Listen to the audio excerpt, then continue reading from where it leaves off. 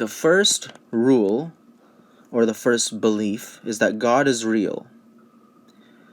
God is one, but he is real. But obviously, wherever you go, you can say God is 27, but some form of divinity that created everything, that is the source of everything, you could say, exists.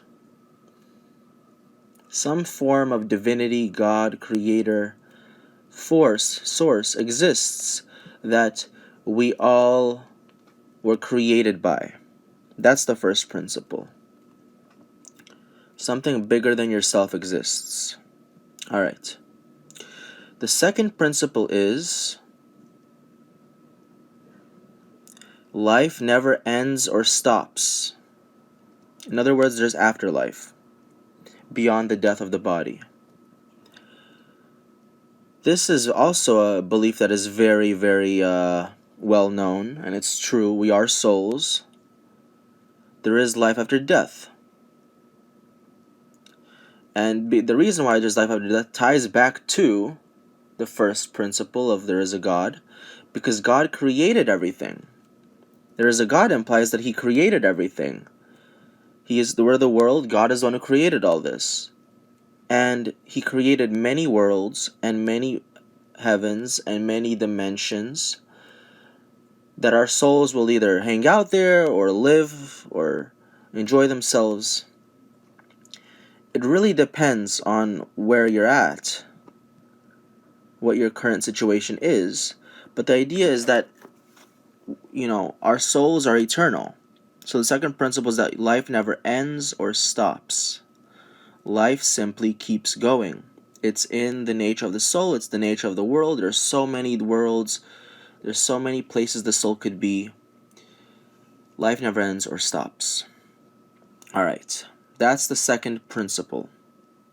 The first principle is God is real. The second principle is that life goes on forever. And the third principle. The third principle is you should only be righteous so that you do not get punished. This is a very common principle also. The divine law of karma, or you can say the God's divine reward and or retribution.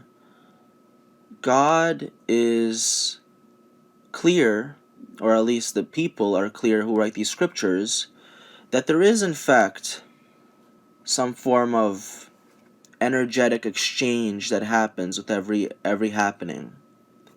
And we are here to be righteous. And what does that mean? It means to live in accordance with your disposition. We all have different sets of rules. We all have different, some similar. Some of us are very similar.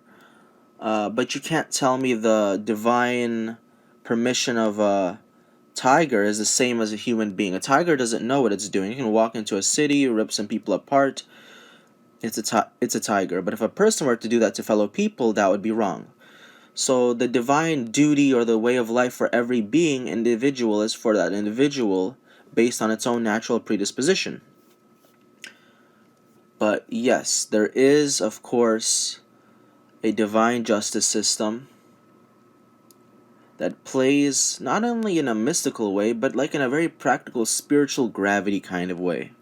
That we're all chained down to this energy, this spiritual gravity, as some people have called it, that seems to make things right if things go a little bit off course.